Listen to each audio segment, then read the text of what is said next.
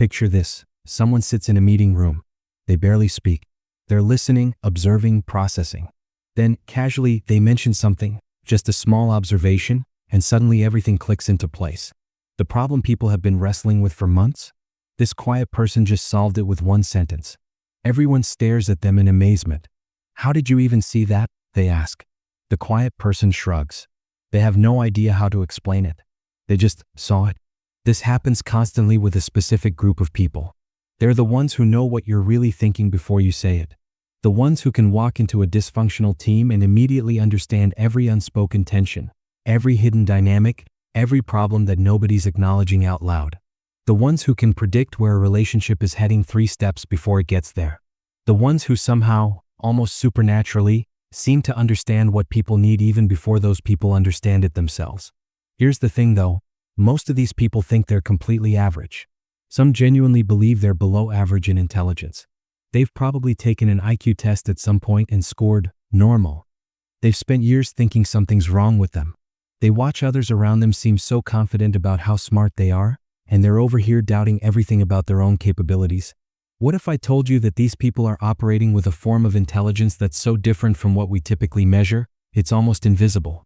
What if their weakness, the way they overthink, the way they second-guess, the way they feel everything deeply, is actually the visible sign of a genuinely elite form of cognitive processing? Welcome to the world of INFJs. These are some of the rarest people on the planet, making up only about 1 to 3% of the population. And they're sitting around right now, in your office, your family, your friend group, completely underestimating their own genius because the genius doesn't look like they thought intelligence should look.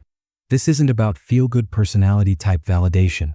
This is about understanding something that psychology and neuroscience are just beginning to unlock. That intelligence comes in radically different flavors, and some of those flavors are so sophisticated that they've been invisible to conventional measurement for decades. The INFJ cognitive blueprint, how their minds actually work. Let's start with the foundation. INFJ stands for introverted, intuitive, feeling, and judging. But those labels don't really capture what's happening in the INFJ brain. To understand INFJ intelligence, we need to talk about something called cognitive functions. Basically, the different ways people process information and make decisions.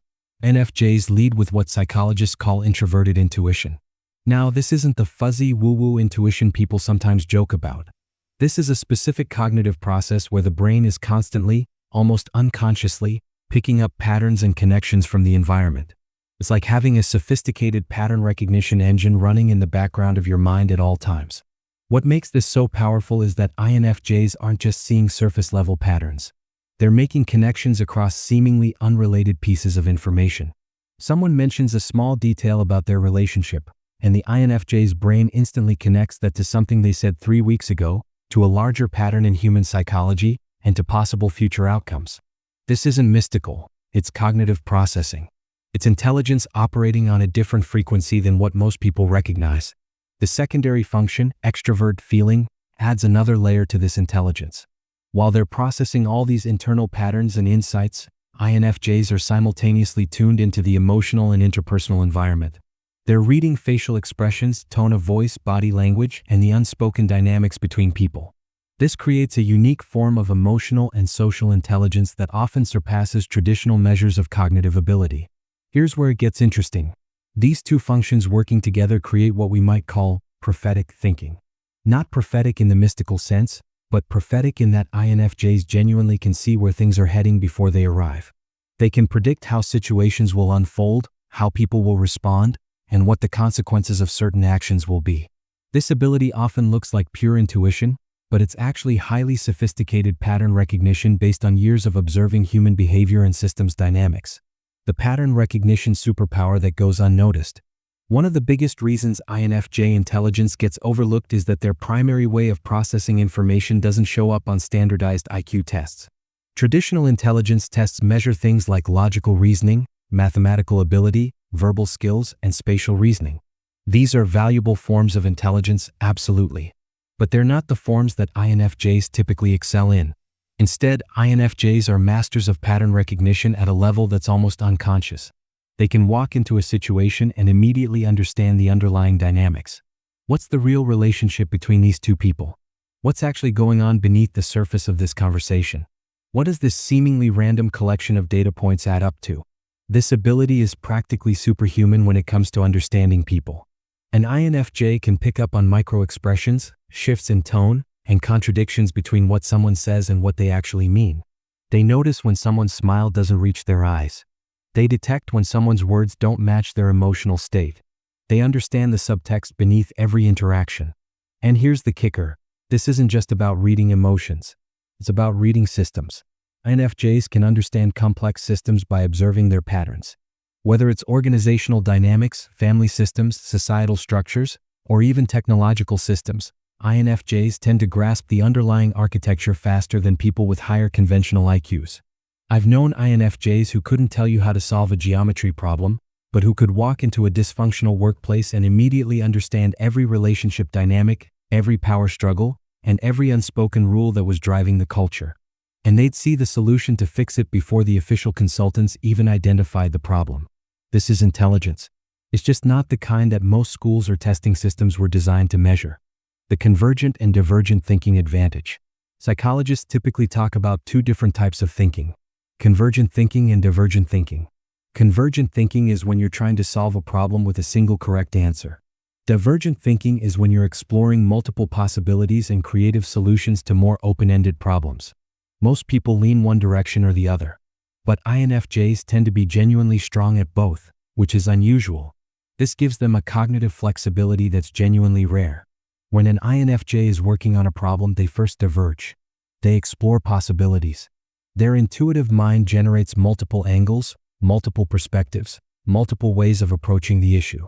Because they're taking in patterns from so many different domains and experiences, they tend to make unexpected connections. They might combine ideas from psychology, history, art, and science to approach a practical problem in a novel way. But then, and this is where it gets powerful, they can converge. They can narrow down from all those possibilities and land on a solution. And because they've brought their feeling function online, they're considering not just whether the solution works logically, but whether it serves people, whether it's humane, whether it solves the actual problem, not just the surface-level symptom.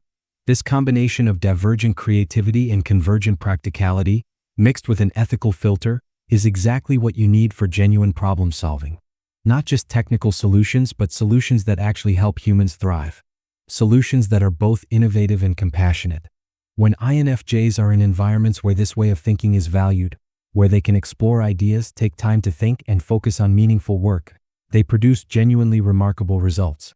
The problem is, most high-pressure environments don't work that way. Why the world's testing systems miss INFJ brilliance? Here's a hard truth. Most educational and professional testing systems weren't designed to measure what INFJs are actually good at. They were designed for a different purpose, and they work well for that purpose. But they're not comprehensive, and they don't capture the full spectrum of human intelligence. Think about how IQ tests actually work. You've got a time limit. You've got standardized questions. You're being tested in an artificial environment with strangers. You're supposed to access your answers quickly and move on. For many INFJs, this is basically the worst possible testing conditions. They prefer having time to think deeply. They need to understand the context and purpose of what they're doing. They might see multiple valid approaches to a problem and get caught up weighing which one is most ethical or most beneficial.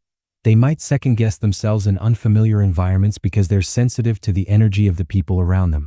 And here's something that really matters. Many INFJs experience genuine anxiety in high-pressure testing situations. When you're anxious, your working memory decreases, your access to information becomes slower, and your performance drops. This has nothing to do with actual intelligence and everything to do with how your nervous system responds to stress. So you get INFJs scoring in the average range on IQ tests, when in reality they're performing at genuinely elite levels in their actual work and relationships. This discrepancy is real, and it's heartbreaking because many INFJs internalize these test scores as evidence of their actual capabilities. The truth is, INFJs are operating with a form of intelligence that's broader, more nuanced, and in many ways more practically useful than what's being measured. It's just not the form that someone sitting in a testing laboratory decided to measure. The emotional intelligence that changes everything. Let's talk about emotional intelligence, and specifically, why INFJs tend to have what might be the highest emotional intelligence of any personality type. Emotional intelligence isn't about being nice or having feelings. It's about understanding emotions, reading emotional signals, managing your own emotions effectively, and navigating social situations with skill. It's about motivation, resilience, empathy, and the ability to work effectively with other people. For INFJs, this capability comes naturally, though they often don't realize it. Their constant pattern recognition is picking up on emotional patterns. Their feeling function means they're genuinely considering how their choices affect other people. Their introversion means they've spent a lot of time in self-reflection, understanding their own emotional landscape. Put all of this together, and you get people who are incredibly perceptive about what others need, what motivates them, what they're struggling with, and how to help them forward. They can sit with someone in pain without trying to immediately fix it or change the subject. They can offer feedback in a way that actually helps people grow rather than making them defensive. They can navigate complex interpersonal dynamics with grace. This is genuinely a form of intelligence, arguably one of the most important ones for living a meaningful life and building meaningful relationships. Yet it's almost entirely invisible in traditional measures of intelligence. In fact, research has consistently shown that emotional intelligence is one of the strongest predictors of success in life, across almost every domain, more predictive than IQ in many cases. And INFJs, on average, tend to be operating at genuinely elite levels of emotional intelligence. This isn't a soft skill that's nice to have. This is a form of intelligence that determines your ability to build good relationships, lead effectively, understand yourself, navigate change, and create meaning. And most INFJs are genuinely excellent at it, even if nobody's ever told them that's what they're experiencing. The depth of processing that looks like overthinking. One of the things people say about INFJs constantly is that they overthink things. They take forever to make decisions. They seem stuck in their own heads. Why can't they just decide? What they're actually doing in many cases is what researchers call deep processing. They're not overthinking, they're thinking deeply, and there's a significant difference. When an INFJ is making a decision, they're running through scenarios. They're considering the impact on everyone involved. They're thinking about short-term and long-term consequences. They're connecting the decision to their values and their larger sense of purpose. They're processing emotionally as well as logically. Is this slower than making a quick snap judgment? Yes. Does it sometimes look like indecision or paralysis? Sure. But here's what matters. When INFJs finally make a decision, it tends to be a good one. They've thought through angles that other people missed. They've considered factors that others didn't account for. They've integrated emotional wisdom with practical thinking. Research on decision-making has found that people who engage in this kind of deep processing, while they take longer to decide, tend to make better decisions overall. They're less likely to regret them. They're more likely to have thought through potential problems. They're more likely to have made a choice that's aligned with their actual values rather than what they thought they should want. The world is obsessed with speed, quick thinking, snap decisions, rapid implementation, and there's certainly a place for that kind of thinking. But there's also a place, increasingly a critical place, for the kind of deep, reflective thinking that INFJs naturally do. In uncertain times, when complexity is high and stakes are significant, the people who think deeply and carefully tend to make better choices than people who think quickly. INFJ's way of processing isn't a flaw. It's actually a feature, and it's one that becomes more valuable as situations become more complex. The creative intelligence that transforms ideas into reality. INFJs aren't typically thought of as creative in the artistic sense, though some absolutely are. But there's a form of creativity that's fundamental to how INFJs think, and it's a form that's directly connected to intelligence. This is the creativity of insight and synthesis. INFJs are taking patterns from multiple domains and combining them in novel ways. They're seeing connections others miss. They're generating new ideas by pulling together information in unexpected combinations. This is how genuine innovation happens. Not by doing what's already been done faster, but by seeing something that hasn't been seen before. By recognizing a pattern no one else has noticed. By making a connection no one else has made. I've watched INFJs revolutionize organizations not through technical expertise, but through seeing a completely different way of approaching a problem that everyone else accepted as unsolvable. I've seen them create solutions to interpersonal conflicts that made everyone wonder why no one had thought of it before. I've seen them design systems that are elegant, efficient, and genuinely humane because they held both the practical and human dimensions in mind simultaneously. This creative intelligence is real, and it's one of the most powerful things INFJs bring to any group or organization. But again, it's not the kind of creativity that's typically measured or celebrated. It's not about artistic output necessarily. It's about intellectual and conceptual creativity, which is every bit as important and probably more practically useful. Why INFJs often don't recognize their own intelligence. Here's maybe the most important thing to understand about INFJ intelligence. Many INFJs genuinely don't believe they're intelligent, and there are specific reasons why this is the case. First, there's the comparison problem. INFJs are aware of what they're not good at, often acutely aware. They might struggle with math or public speaking or quick verbal processing or focusing on details. And because these are visible deficits, they weigh them heavily in their self-assessment. They think, well, I can't do that, so I must not be that smart. Second, there's the imposter phenomenon, which is particularly common in INFJs. Because their intelligence operates so differently from how it's typically measured, they often feel like they're faking it. They're not sure how they know what they know. It feels intuitive rather than logical, so it doesn't feel real to them. They think, everyone else seems to know exactly how they arrived at their answer. I just kind of knew. So maybe I'm not actually smart, just lucky. Third, there's the modesty factor. INFJs tend to be humble about their abilities. They see what they don't know, what they haven't mastered, what could be better. They're genuinely aware of their limitations. And this realistic self-assessment gets misinterpreted as a lack of confidence or ability. They think, I'm definitely not the smartest person in the room, and they conclude, so I'm probably not that smart. Fourth, and this is significant, INFJs often spent their early years getting messages that they weren't smart in the ways the world values.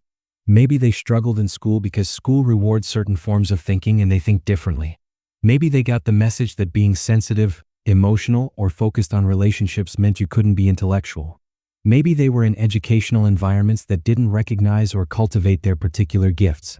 What's tragic is that INFJs often spend years, sometimes decades, before anyone tells them, actually, you're intelligent in ways that are genuinely remarkable. You're just intelligent differently than what you've been taught to recognize. The intuitive leaps that prove deep processing power. One of the most visible demonstrations of INFJ intelligence is something people often call intuitive leaps. An INFJ will make a conclusion that seems to come out of nowhere, with minimal apparent evidence, and it'll be correct. What's actually happening is that their intuitive processing has been analyzing data beneath conscious awareness, making connections, and arriving at conclusions. It looks like a leap because the conscious mind doesn't see the work that went into it. But there's genuine reasoning happening, it's just happening outside of conscious awareness. This is actually a sign of deep intelligence, not shallow intuition. Research on expert thinking has found that people who develop genuine expertise in a domain start making these kinds of intuitive leaps. A chess grandmaster can look at a board and immediately know a good move without consciously calculating variations. An experienced therapist can sense what's really going on with a client after a few minutes of conversation. An experienced leader can sense when an organization's culture is shifting. These aren't magical abilities. They're the result of unconscious pattern recognition developed through deep exposure and processing. And INFJs, by nature, are constantly engaging in this kind of unconscious pattern recognition across the domain of human behavior and complex systems. So when an INFJ makes an intuitive leap that turns out to be right, it's actually evidence of their cognitive processing running at a high level. It's not fortune. It's not mysticism. It's intelligence expressed differently than we typically recognize. The shadow side, when INFJ intelligence becomes a burden. It's important to be honest about something. INFJ intelligence can actually become a burden. When you're constantly pattern matching, constantly sensing what others are feeling, constantly thinking about long-term implications and ethical dimensions, your mind never really turns off. This can lead to anxiety, rumination, and a sense of being overwhelmed by everything you perceive. INFJs often carry a lot of emotional weight because they're genuinely sensitive to the pain, confusion, and dysfunction around them. They see problems clearly, and that clarity can feel like a burden. Additionally, because INFJs are often deep thinkers who see complexity, they can sometimes struggle with anxiety and indecision in ways that affect their quality of life. The gift of seeing multiple angles and considering multiple impacts becomes a curse if it paralyzes them. There's also the problem of not being understood. INFJs often feel like aliens in social situations because they're thinking about things others aren't noticing, feeling things others aren't feeling, and operating from values that others might not fully share. This can create a sense of isolation, and for sensitive people, that's genuinely painful. The intelligence itself is a gift. But like any gift, it comes with challenges and costs. Understanding this helps INFJs be gentler with themselves when they're struggling, and helps others around them understand why INFJs sometimes seem stressed or withdrawn. How to cultivate and express INFJ intelligence. If you're an INFJ who hasn't fully recognized your intelligence, here's what might help you actually start using it at its full potential. First, stop comparing yourself to others on dimensions where you'll never shine.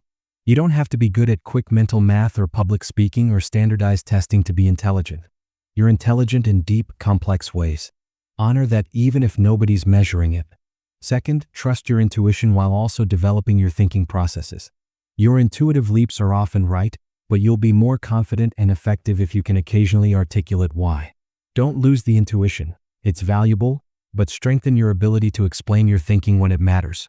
Third, lean into your depth. In a world obsessed with speed and surface-level answers, your ability to go deep is increasingly valuable. Whether it's understanding a complex problem, developing a creative solution, or supporting someone through a difficult time, your depth of processing is a superpower. Fourth, create conditions where your intelligence actually flourishes. This might mean taking time for deep work rather than constant meeting hopping. It might mean working with people and on problems where you can consider the human dimension, not just the technical one. It might mean finding environments where your way of thinking is valued rather than criticized. Fifth, develop the confidence to contribute your perspective. Your insights matter. Your ability to see angles others miss matters. Your ethical filter matters. You don't need permission from conventional measures of intelligence to speak up. You have something genuinely valuable to offer. Conclusion: reframing INFJ intelligence. Here's what I hope you take away from this. INFJ intelligence is real, it's rare, and it's often unrecognized, including by INFJs themselves. You're not smarter or dumber than anyone else. You're smart in different ways. You process information differently. You value different things. You use your intelligence for different purposes. The world needs the kind of intelligence INFJs bring. We need people who can read complex systems and see emerging patterns. We need people who can synthesize information from multiple domains and generate novel solutions. We need people who think about ethics and long-term consequences, not just immediate efficiency. We need people who understand people deeply and genuinely. If you're an INFJ, you're not broken. You're not overthinking. You're not being emotional where you should be logical. You're operating exactly as you're designed to operate. Your gift is real. It's valuable. And the world needs it. The testing systems might not measure it. The conventional definitions of intelligence might not capture it. But it's there. It's powerful. And it's about time you recognized it in yourself.